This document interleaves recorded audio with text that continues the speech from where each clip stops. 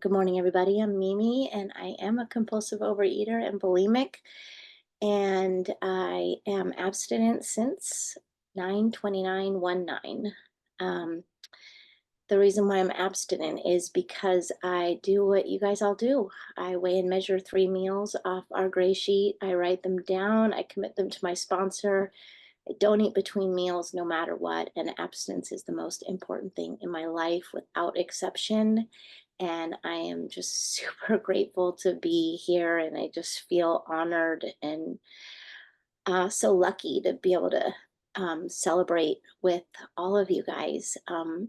I have met just about every single person on this screen, and I have pretty strong friendships with many of you. And that's just one of the many gifts that I've gotten at a Gray Sheet.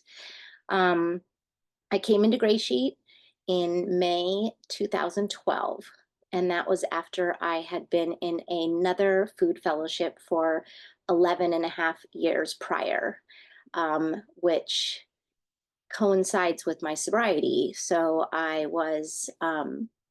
got clean and sober May 9th of 1999. And I don't want to get ahead of myself. Let me first tell you what it was like. So what it was like was, you know, I learned how to sneak food really early on. Um, my mom was suffering from her own eating disorder, and so she managed and controlled my sisters and my food. And it wasn't a big deal when I was a kid. But as I got older and my body started to change in middle school, and girls around me started to diet, then I started realizing the power of food. And and my mom, bless her heart, would keep the little round sweet things in a glass jar with a tin lid. So when you lifted the lid, it rattled the jar and she could hear it upstairs. And she'd say, "Get your hand out of the jar." And so that became this really lifelong struggle with sneaking and shame. And those two themes just run through my life until I got abstinent and Gray Sheet. And, you know, it started with the food, then it moved into the drugs, and it moved into the alcohol. And it was all about keeping this outside um, way that I wanted you to all see me. And you never knew what I was doing behind closed doors. And that just it just started this whole snowball of shame. And that continued with me like into college. And I managed to get into college because I managed to get really good grades because it was so important to me to keep this outside image of myself. Whatever that was, I thought that you wanted me to be. I was trying my best to do. And and then I would eat, compulsively overeat, and then binge because my vanity was so huge. My ego was so big, and there was no way, even though my mind and my eyes saw in the mirror a very obese body. I never actually lived in an obese body because of my vanity. So I did so many things to try and keep the weight off and be able to still eat. So that was good old fashioned bulimia.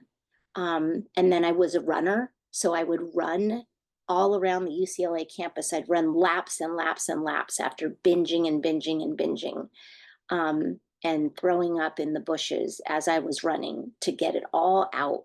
And I'm sorry for being graphic, but that's the kind of compulsive overeater I was. I'd throw stuff out, I'd pull it out of the trash can, and it was all of that sneaking. I had notes. God, I was remembering this morning in my meditation. I remember my roommates in college would leave notes in the kitchen, like inside the refrigerator when you open the door, to the little sneaky mouse who is eating my food. cut it out. I mean, they'd use really profane language. Um, and that was like, That's five, maybe. thank you. That horrible humiliation of being caught in the act. Oh my God, I can still feel that like pulsing through my body right now when I share it. And, uh, you know, that continued and continued even into the other food fellowship that I was in for 11 and a half years. And I remember my sister was trying to do the food fellowship with me as well. And we both at one point said to each other, there's no way that we can get any long-term abstinence here. And we didn't know why though, but we knew that we couldn't get it because every 30 days we could bring in grains weighed and measured. And I had no idea that those grains were causing this physical allergy in this body, you know, turning into alcohol and causing me to want more and more and more and never be satiated. I didn't know that was going on. I just knew I couldn't stay abstinent. And I didn't know about Gray Sheet. So I just kept trying to make that program work, you know, trying to fit this round peg in the square hole or vice versa. And it never was sustainable. And like I said, I got sober in 1999 and tried working AA on my compulsive overeating. And I tried my best, you guys. I worked those 12 steps. I changed alcohol in the big book to food all throughout the entire book. Um, and I could not put the food down. And it wasn't until I found Gray Sheet and I heard in my first meeting at the Grove in Los Angeles, I heard someone talk about the body being a distillery, and that when I put grains and sugars and carbohydrates into my body, they turned into alcohol. And I already knew that I had an allergy to alcohol. I knew what it did to me. It caused me to want more and more and more and more. And that was the connection. I was like, oh my God, that's why I can't stay abstinent in the other program. I have to be completely free of those substances. But it looked daunting and overwhelming. And I just want to welcome those of you who are counting days. And, you know, it took me a lot of time in Gray Sheet to actually put some days together. And I don't say that to wish that on anybody. I know that this was my experience. And my experience was I knew decades of knowing how to sneak food and find loopholes. That's what I knew. And that didn't stop just because I walked into Gray Sheet. Okay. So I would find what I thought were easier, softer ways. And they ended up to be terribly painful because I would come back to my sponsor and say, I picked up again. God, I picked up again. I don't want to do this anymore, but I picked up again. And my beautiful patient sponsor at the time would just say, do you want to commit your next three? Do you want to commit your next 3 meals? And just that question gave me such relief and such hope, even though I knew in my heart that I wasn't going to make it until the next day without binging. I thought, okay, but I can take the action of committing. I'll commit my next 3. And I did that for a lot of years in Gray Sheet. And, my story is I ended up leaving Gray Sheet after 2 years. And I was looking back in my journal, and in that 1 month in February of 2014, I went from 124 pounds to 158 pounds. 1 month. That's what I do when I'm not on Gray Sheet. And then I came back at the urging and pleading of my husband. And I remember he just pleaded with me, look, let me just take you to the Grove and you can just sit in the back. You don't even have to say anything. Just sit and listen. And I'll just wait outside and then I'll take you home. And he, it was so painful for me to be in the food.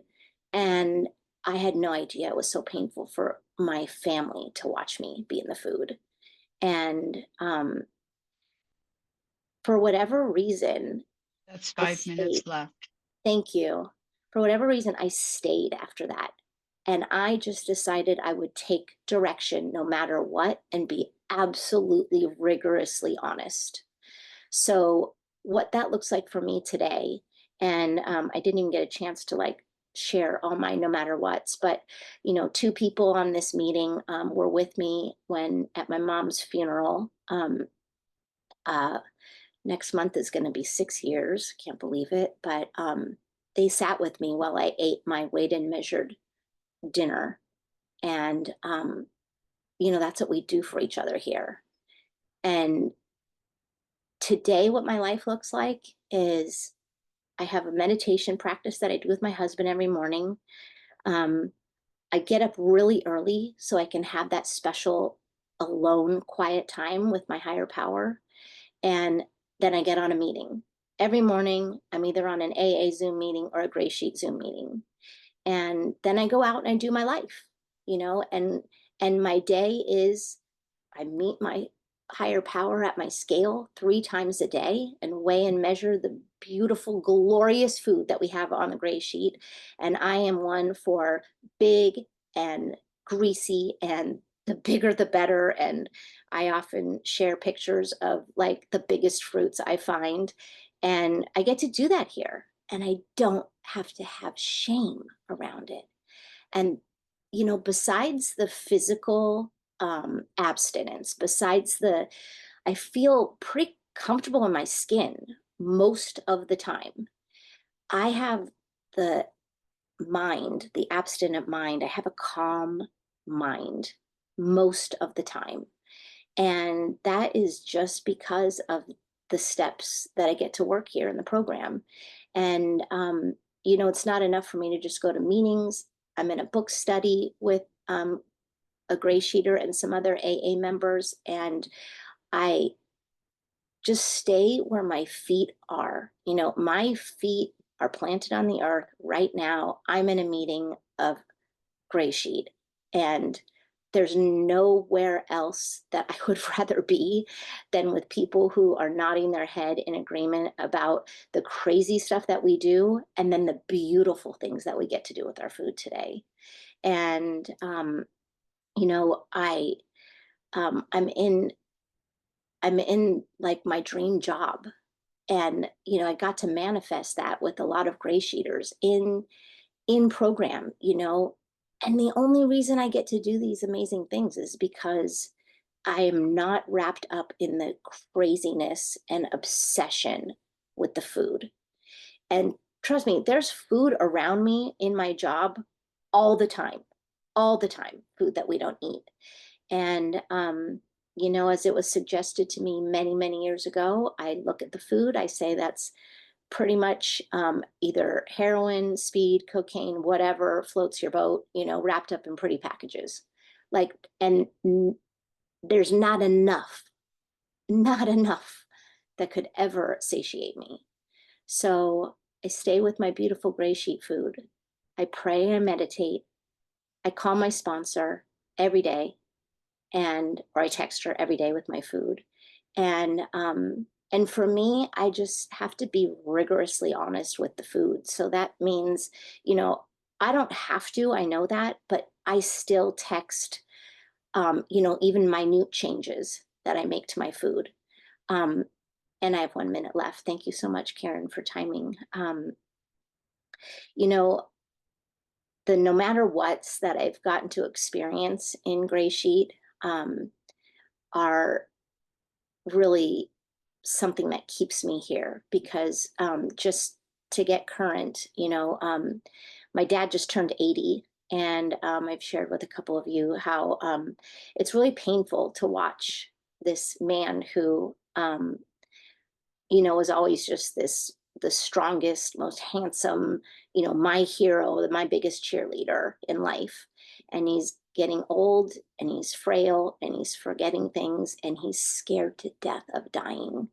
And he's been sharing that with us lately. And I am powerless, totally powerless over it. and I know that I'm not going to eat over it. And I get to just have hold compassion and love for him, just like I would a sponsee. And so that's my time. Thank you so much. I know Kim's not here right now, but thank you for asking me to share. And I hope you guys got something out of it. Can't wait to hear what you guys have to share. Thank you.